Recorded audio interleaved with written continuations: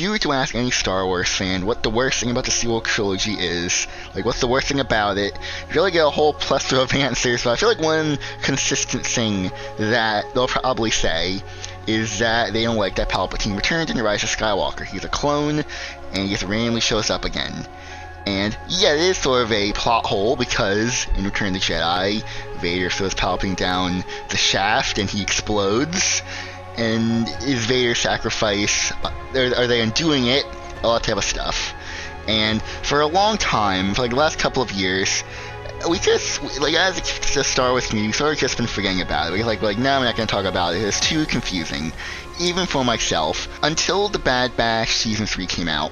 And it's not necessarily what the content in the episodes were about, because yes, it has something to do with cloning and Palpatine and, his plan to resurrect himself, I guess, for The Rise of Skywalker, trying to connect that.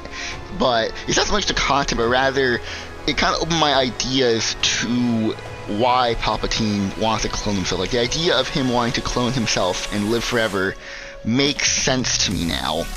Because when you think about it, Palpatine is the Empire. He created the Empire for him to be on top. There is no true heir to the Empire. Yes, Thrawn technically is saying that he's the heir to the Empire, but he's not officially one. And you may say, why not Vader? Why isn't Vader like the true heir to the Empire? He's second in command. Not really. The Empire is created for Palpatine to rule, because that's how selfish he is. He's a Sith Lord. The Sith are selfish, so he has to be at the top. Without Palpatine, the Empire falls. And that's what you see in like the Battlefront 2 campaign. Palpatine dies. A year later, in the Battle of Jakku, the Empire is officially defeated. And then, in the Mandoverse, years later, you see the New Republic form, and that type of stuff. Like I said, if Palpatine falls, then all that hierarchy goes away, because it kind of trickles down. And that is what I realized when watching Season 3 of The Bad Batch, is that idea. Like I said, it's not the content within the episodes that made me realize, like, they didn't do anything to, like, vilify The Rise of Skywalker. No, it's just the idea of Palpatine wanting to clone himself makes sense to me. And that Vader messed that up, or Anakin, whoever you want to call him at that point when he threw him down the shaft. Palpatine didn't expect Vader or Anakin to do that. That's why Palpatine was so surprised by it. That's why it happened. He didn't expect that. And that ruined his plan, because when you really think about it, if Palpatine was able to clone himself perfectly in a new body for him to, move around in and not be stuck on Exegol, then the Empire wouldn't have fallen. He would have just gotten his clone body and got back into the galaxy and just stayed remain the Emperor. It's just Vader would be dead, but that's not the case. Palpatine died prematurely. He didn't have time, because, you can't just clone a Force-sensitive being. That's something in Star Wars you can't do. Or I should say, at that point in time. Because by the time of The Rise of Skywalker, it looks like they can. Because Palpatine, by the end of the film, he didn't need medical equipment to sort of move around. I guess when he absorbed the power to die that Rey and Kylo Ren had. But where it is in terms of, like, Return of the Jedi, like that time frame, like in The Bad Batch, you see Palpatine wanting to clone himself. And you kind of get the understanding that this is a project he wants to do, a side project. That's important to him, but it is a side project, along with many other things, throughout the entirety of the Empire's reign. And so I guess to wrap things up, I guess the last major thing that people have with The Rise of Skywalker is that it undid Vader's redemption, or Anakin's redemption. I don't necessarily think that's what happened, because in this new context, technically Vader or Anakin saved the day. He changed history. I'm not saying he changed history like, the sequel trilogy happened because of that. No.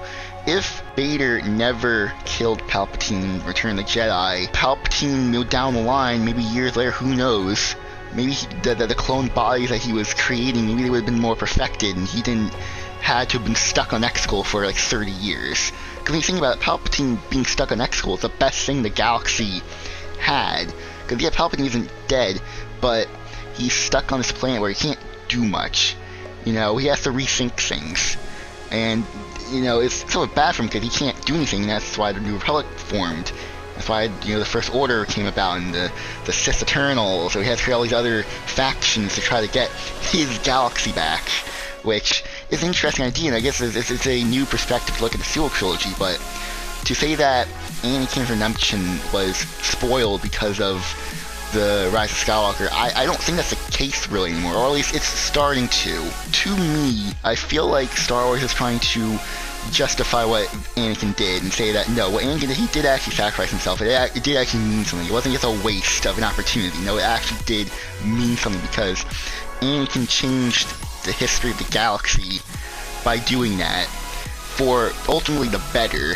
Because when we really look at it, you know, excluding the sequel trilogy, when we really look at it, the galaxy became a better place with Palpatine stuck on a deserted planet, because to me, Palpatine doesn't deserve to die.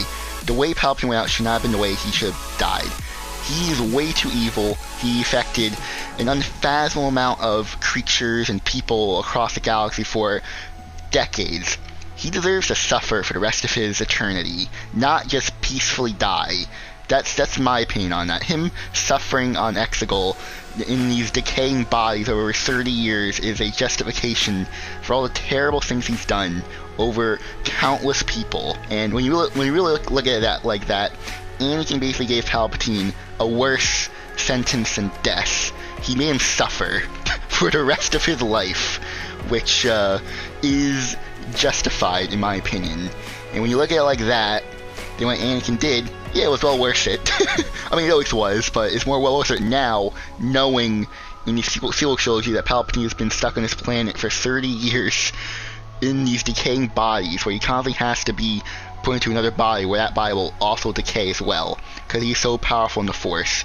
Like, that idea of just his constant suffering really is justifiable, and it is kind of satisfying to just think about, because, like I said, Palpatine sucks. He's a terrible person, and he shouldn't deserve to die. He deserved to suffer. That's gonna do it for me. If you guys enjoyed, hit the like button, subscribe, and let's go now. So, goodbye, everyone.